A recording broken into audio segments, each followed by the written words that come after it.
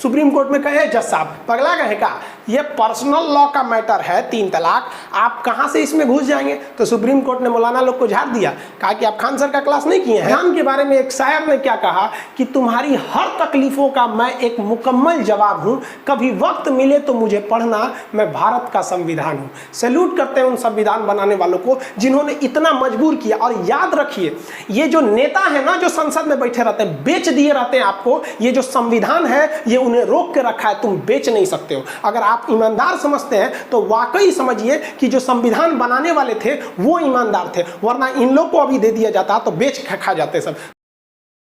देखिए अनुच्छेद 12 क्या करता है, ये परिभाषा देता है मूल अधिकार का कि भाई साहब ये जिंदगी जीने के लिए अधिकार है, ये जरूरी है, लेकिन इस पर कभी कभी रोक लगाया जा सकता है। और ये सरकार को एक तरह से ये कहता है कि स्टेट, देखिए यहाँ सरकार का प्रयोग ही नहीं किया गया। अनुच्छेद 12 में कहा गया है कि स्टेट, अब स्टेट यानी राज्य, कोई ऐसा कानून नहीं बनाएगा जो किसी के मूल अधिकार को छीन रहा हो या मूल अधिकार पे मतलब रोक लगा रहा हो।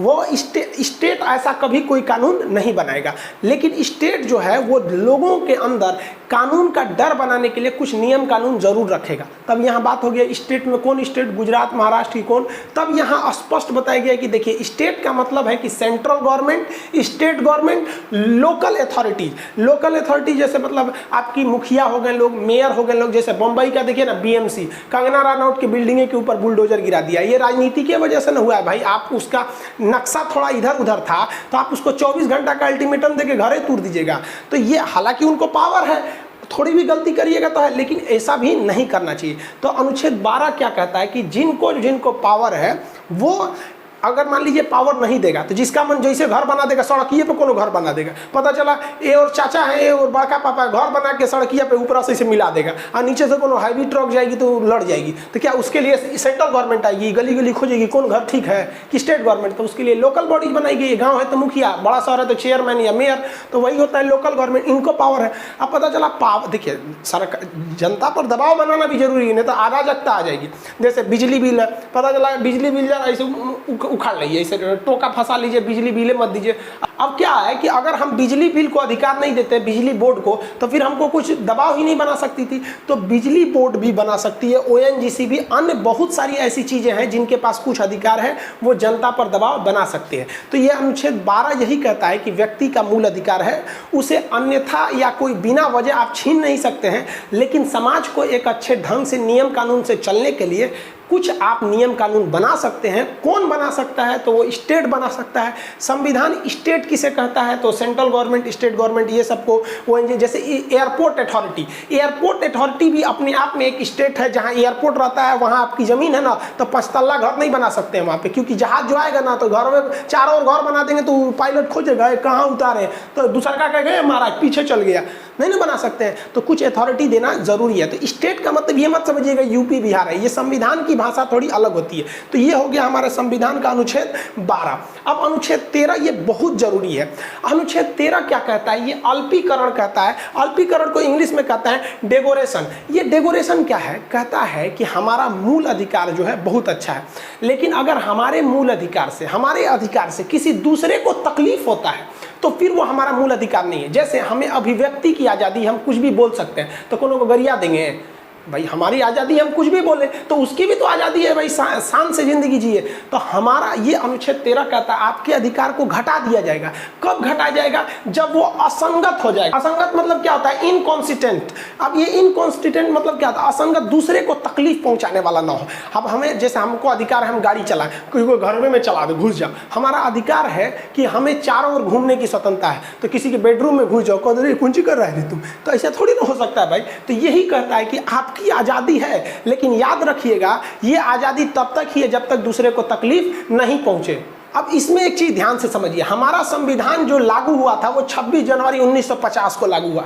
ये अनुच्छेद 13 कहता है कि इससे पहले बहुत सारे कानून बने थे, वो कानून अभी भी लागू रहेंगे। जैसे हमारी आईपीसी की धाराएं वगैरह वो 1860-61 की बनी हुई है सब, वो अभी भी लागू रहेंगे। यानी संविधान के बनने से प्री कॉन्स्टिट्यूशन पहले भी अगर कोई कानून बना हुआ है तो वो लागू रहेगा, बशर्ते वह कानून वर्तमान संविधान में दिए गए मूल अधिकार अधिकार को डिस्टर्ब नहीं कर रहा हो। जैसे पर्सनल लॉ, अब ये पर्सनल लॉ क्या होता है, तो हिंदू मुस्लिम के लिए एक अलग अलग कानून है, पर्सनल लॉ है कि इसमें हर चीज़ें अलग अलग लिखी गई हैं। तो इसी पर्सनल लॉ में है कि भाई मुसलमान पे एक शरिया का कानून लगेगा, उसमें इस्लामिक कानून लगेंगे। हिंदू धर्म में भी है, कुछ हिंदुज़म के कानून है जो मुसलमानों पे नहीं लगते, मुसलमान के कानून हिंदू पे नहीं लगते। इसीलिए ना गवर्नमेंट कह रही है कि हम अब एक समान सिविल संहिता लाएंगे, एक समान कानून लाएंगे जो हिंदू मुस्लिम दोनों फॉलो करो।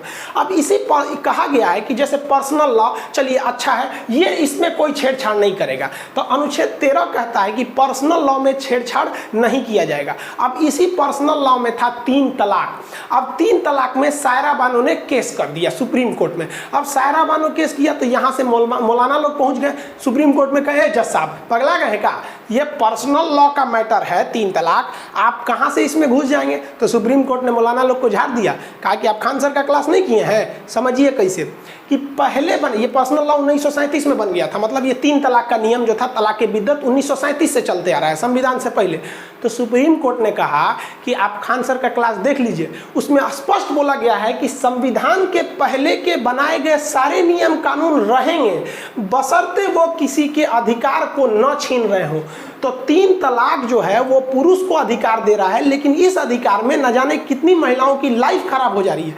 इसलिए सुप्रीम कोर्ट ने कहा कि आपका पर्सनल लॉ रहेगा, लेकिन उस पर्सनल लॉ में से जो तलाक बिद्दत है वो खत्म हो जाएगा।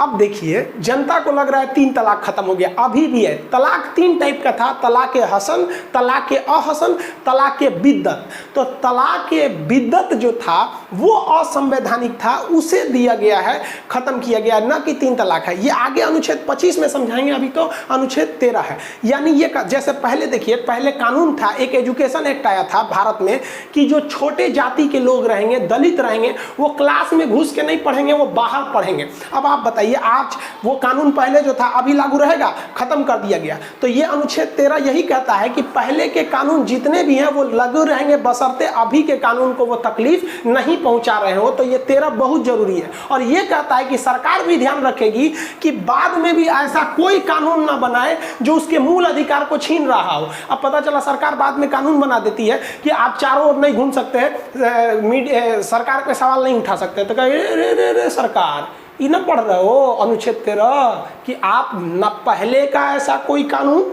ना बाद में ऐसा कोई कानून। ये है भीमराव अंबेडकर, इस पर बहुत बड़ी बहस चली थी अनुच्छेद 13 को लेकर। आप सोच सकते हैं कि कितनी बेहतरीन ढंग से संविधान लिखा गया है। संविधान के बारे में एक शायर ने क्या कहा कि तुम्हारी हर तकलीफों का मैं एक मुकम्मल जवाब हूँ, कभी वक्त मिले तो मुझे पढ़ना, मैं भारत का संविधान हूँ। सैल्यूट करते हैं उन संविधान बनाने वालों को जिन्होंने इतना मजबूर किया। और याद रखिए, ये जो नेता है ना, जो संसद में बैठे रहते हैं, बेच दिए रहते हैं आपको। ये जो संविधान है ये उन्हें रोक के रखा है, तुम बेच नहीं सकते हो। अगर आप ईमानदार समझते हैं तो वाकई समझिए कि जो संविधान बनाने वाले थे वो ईमानदार थे, वरना इन लोग को अभी दे दिया जाता तो बेच खा जाते सब। तो ये उन्हें रोक के रखता है अनुच्छेद 13। आप याद रखिएगा, ये अल्पीकरण है। कब? जब आप दूसरे को तकलीफ देने लगते हैं तब। अब आर्टिकल 14 आता है, अनुच्छेद 14। इसमें बड़ा कंफ्यूजन, ध्यान रखिएगा, यूपीएससी में इससे क्वेश्चन पूछता है। इसमें 2 तरह की बातें कही गई हैं।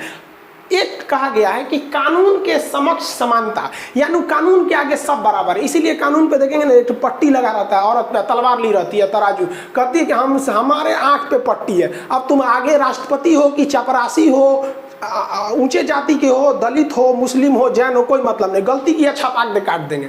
यानी कानून के समक्ष समानता, इक्वेलिटी बिफोर लॉ। बिफोर का मतलब पीछे नहीं, बिफोर का मतलब सामने नहीं, देखते हैं अपोजिट मतलब सामने। तो कानून के सामने सब बराबर है। ये बातें सबसे पहले किसने किया था? एवी डेसी। एवी डेसी एक बहुत बड़े शास्त्री थे, उन्होंने ये बात को बताया था। ये यूपीएससी का क्वेश्चन पूछा है कि एवी डेसी का सिद्धांत कौन है? तो कानून के समक्ष समानता। इसी को फॉलो किया गया ब्रिटेन में। ब्रिटेन में कानून सबके लिए बराबर है, वहाँ की रानी के लिए भी, प्रधानमंत्री के लिए, सबके लिए भी। लेकिन अमेरिका के लोगों ने कहा कि ये गलत है, कानून सबके लिए बराबर नहीं होना चाहिए। जैसे मान के चलिए कि कोई 5 साल का लड़का है, वो क्लास 5, मान लीजिए कोई क्लास 5 साल का लड़का है, और कोई लड़का 20 साल का है, तो क्या एक ही कानून दोनों पे लागू कर देंगे? देखिए तो 5 साल के लड़के का टिकट ट्रेन में आधा लगता है और 20 साल के लड़के का टिकट पूरा लगता है। अब अगर कोई सुप्रीम कोर्ट में केस ठोक दे इस आधार पर कि ये सुप्रीम कोर्ट आप बहुत बड़े कानून के रक्षक बनते हैं, ये बताइए हम 20 साल के हैं तब वो भारत के नागरिक हो, बचो है तो वो भारत का, ओकरा आधा का है लग रहा है, हमरा का है पूरा लग रहा है। समझ में आया कि नहीं आया?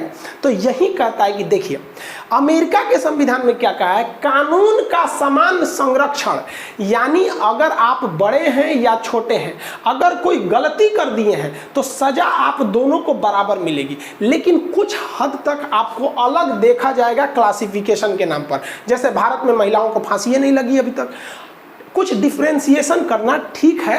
ये क्यों ठीक है? क्योंकि समाज को एक बेहतरीन बना के रखने के लिए। आप देखिएगा एगो लड़का लड़की शादी करके भाग जाएगा सब, अब उसके बाद से लड़कियां पकड़ाएगी ना तो कोर्ट में आके क्या कर देगी, हमको बहला फुसला के लेके भाग गया। अब आप बताइए किसी लड़की को कोई बहला फुसला के भागेगा कि चलो चलो चलो भाग जाते हैं शादी कर लेते हैं? नहीं ना लेके भाग सकते हैं।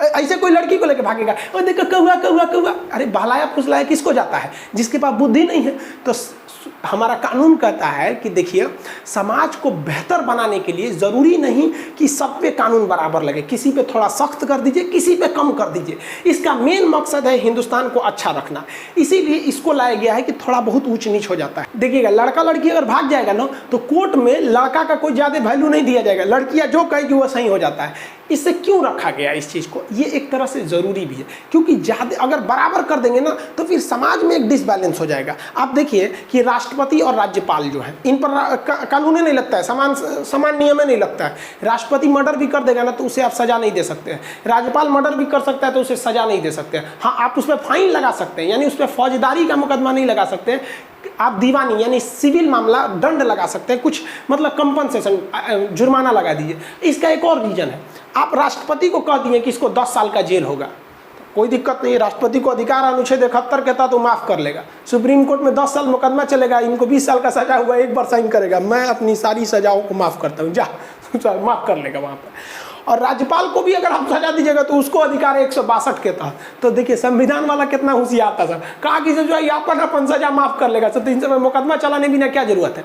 लेकिन फिर यही बहस हो गई, फिर अंबेडकर साहब और राजेंद्र प्रसाद इन लोग में बहुत लंबी बहस हुई, तब वहाँ लिखा गया कि इनको सजा तब तक नहीं सुनाई जाएगी जब तक ये अपने पद पर है। अगर राष्ट्रपति का पद खत्म हो गया या राज्यपाल का पद खत्म हो गया तो अधिकार भी खत्म, अब जज चाहे तो सजा सुना सकता है। देखिए हमारा संविधान कितना बेहतरीन है, यानी आप पूरे देश में देखिए राष्ट्रपति और प्रधानमंत्री किसी को भी छूट नहीं है। हाँ, छूट कब तक है? जब तक तुम ससुरा अपने पद पर है, पद से हट फिर तुमको बताते हैं। तो ये आप आर्टिकल 14 समझे, इसमें 2 चीजें हैं। कानून का समान संरक्षण शब्द आया है अमेरिका से, हम लोग अभी 80% फॉलो करते हैं इसको, ये ज़्यादा फॉलो है, ये ठीक है, रीजनेबल है।